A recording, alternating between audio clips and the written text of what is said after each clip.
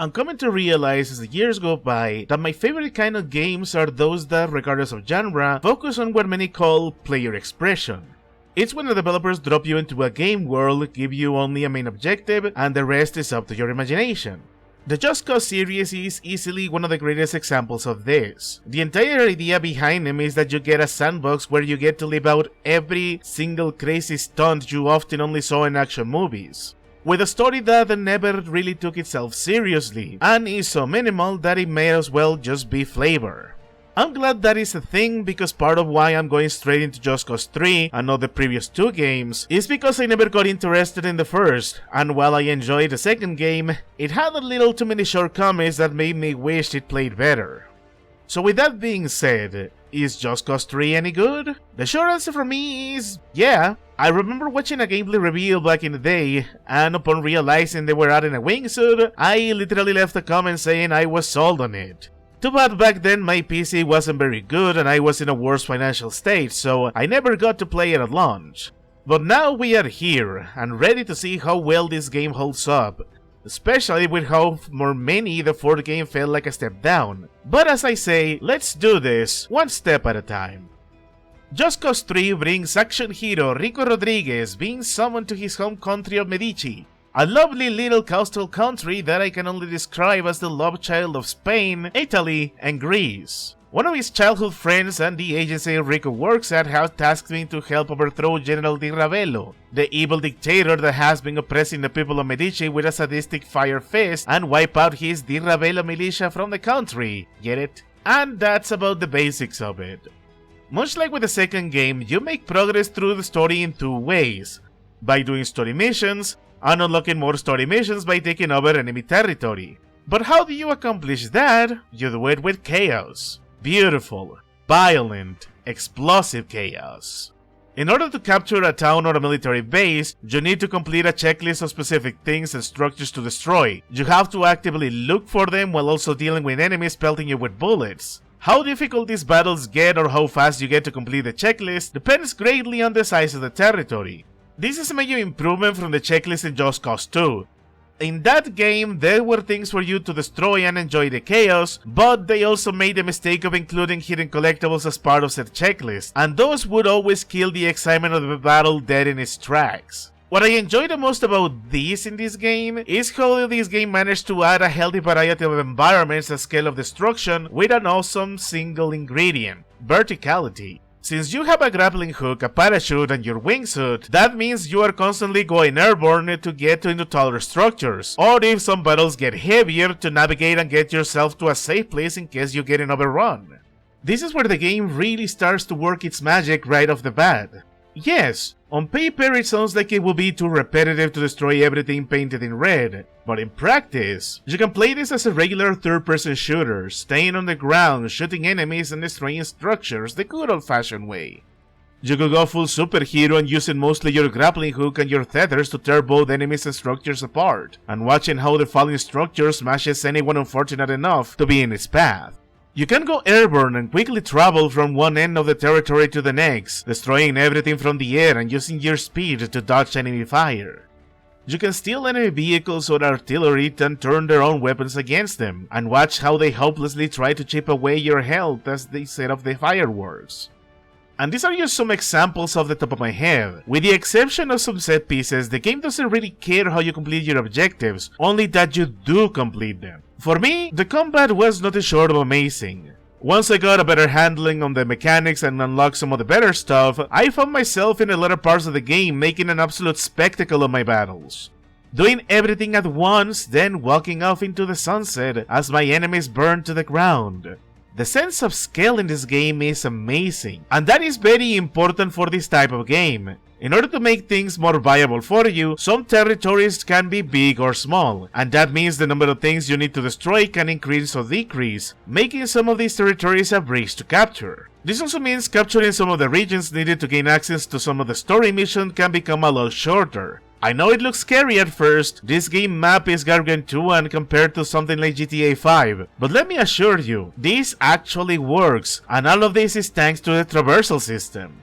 There is nothing more important for an open world game than to make sure going from point A to point B is actually fun. Since this game has verticality to it, that means you can use the physics of the game to propulse yourself and just freely glide all over the map. Navigating in the air becomes a game in itself.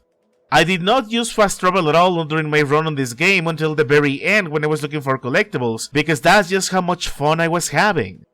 Since we are on the topic of the open world, what else is there to do when you are not causing untold levels of destruction?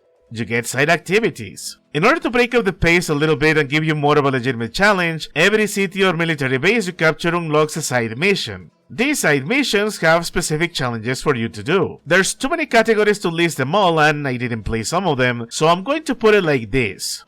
Every category involves honing your skills with a specific gameplay mechanic. There is the usual racing with all the vehicles, going from city to city, getting the best time possible. Then there is more interesting stuff like the gliding challenges, where you are rewarded for flying as accurately as possible on increasingly more complicated routes and using more the physics and momentum to pull yourself forward.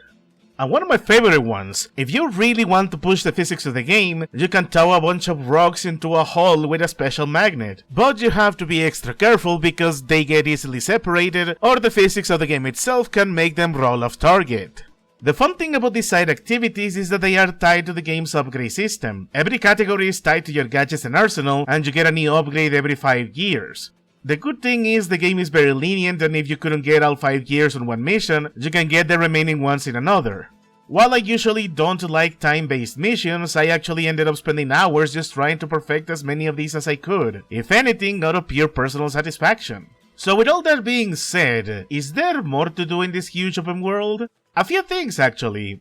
Since there is a war going on, sometimes you'll be contacted by the Resistance in order to do a variety of little missions. These serve only two purposes: to replenish your supply and fast travel flares, and to make the world feel a bit more alive, and I love that, because despite its gargantuan size, Medici really feels lived in. This is by far one of the most beautiful open worlds I played in since The Witcher 3. The game has a really good variety of urban, rural, and coastal areas in the early regions, while introducing mountains and snow areas in the later ones.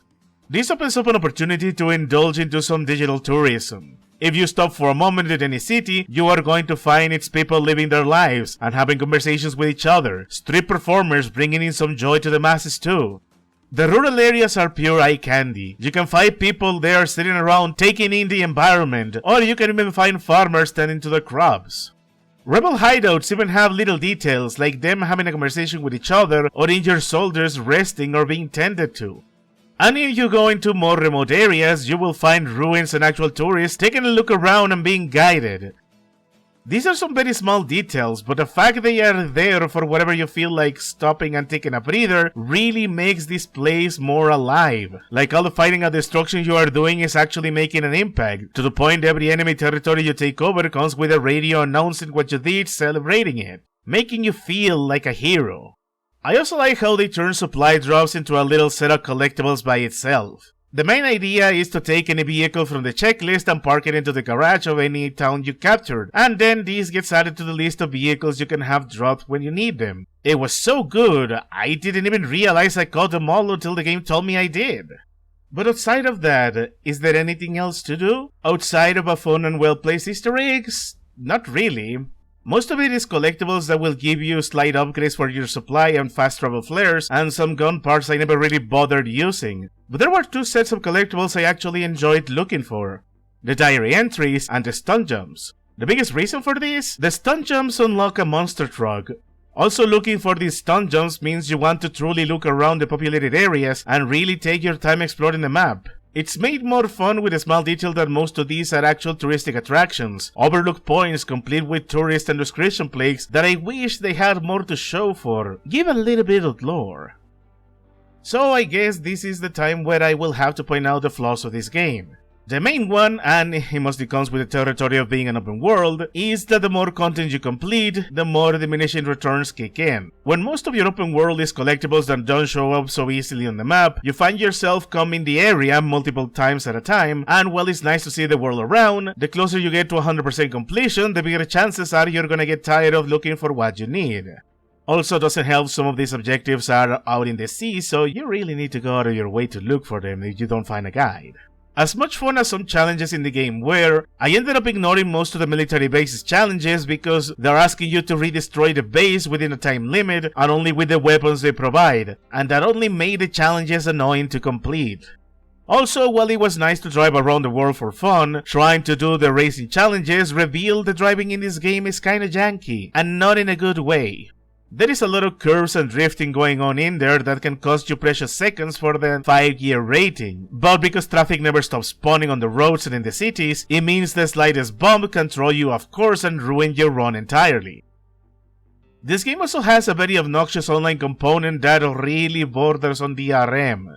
In order to keep things interesting, Avalanche thought it would be a great idea to add leaderboards, so you can compete with friends or something. These things are usually harmless, they are in most Square Enix games from that generation, but this game is constantly trying to access the servers to keep the leaderboards updated. And the slightest hiccup on the connection can interrupt your gameplay just so the game can justify you about its attempts at reconnecting. I ended up blocking this game altogether in my firewall just so I could force this game to play permanently offline. It's rather ironic, really. The development team went out of their way to make a joke with the name of the Di Ravello militia. The bad guys are literally the DRM. Meanwhile, the game itself has leaderboards DRM. It's like Square Enix missed the joke and had them put an online component in, which by the way, makes it impossible to truly get all the achievements because some of them involves players challenging other players to beat each other's score. It's very stupid. But you know what is stupid in a good way? The story. One problem I had with Just Cause 2 was that the story was virtually non-existent. It was only 7 missions, and they were obnoxiously padded. 3, by contrast, has a full-blown story about Rico coming home and helping the Resistance, all of it while figuring out some elements about his own past, and also some fun character development with the people around him. It's still a very silly story. For example, Mario, the Resistance leader, is downright a comic relief character to Rico's sarcastic straight man, and watching the banter between Rico and Sheldon about how there's always a chance they will turn on each other one day borders on self-aware parody. But then, something fun happens. You're playing the game and you start wondering yourself, why is Rico essentially doing all the heavy lifting for the Resistance? And why is the Resistance leadership made of such silly incompetent people? That's because Di Ravello actually killed or got anyone competent enough to stand against him on his side. Rico is straight up a superhero coming in to save the day and turn the tables against the dictatorship. And Di Ravello himself is just a delightful washed up bad guy. He's a straight up Caligula, routinely killing his own men and setting fire to entire cities because he has a fire god complex. He's very cheesy and entertaining, but then you come across his audio diaries and then realize this man is a straight up psychopath. Even if the number of diary entries was very big because collectibles, I actually found myself hooked up listening to each of the recordings, unraveling the general's messed up origins, and my narrative reward was coming up with several twists that suddenly made the entire premise of the game make sense and come off as really smart writing. I love that. In general, I find Just Cause 3 to be one of the most fun open world games I played in years. I know the map being this big and not having too many things to do sounds weird, but given how awesome the wingsuit and every other form of transportation is, I think it made sense. I think it's best to let games be more focused on the few things it can do, rather than by having a bloat of content, and how in spite of not really 100% completing this game, I still got enough fun that I really wouldn't mind revisiting in the future. This is why I am happy to give the game a very well-deserved 8 out of 10. Despite of its shortcomings and some of what I said makes it look like it's just a mindless power fantasy, in reality this game can get very challenging. My favorite moments were when enemy forces started getting smarter and harder with higher hit levels and killed me constantly, because this caused me to think outside of the box and start improvising new strategies. I do believe a little extra polish would have made this game even better, but right now, I love the game as it is. With all the open world games I have played over the years, I'm starting to realize these games work best when their content is focused better, even if it is a bit limited, rather than overloading it with content that may not even be relevant to the overall experience. In other words, the less content bloat we get in these games, the better.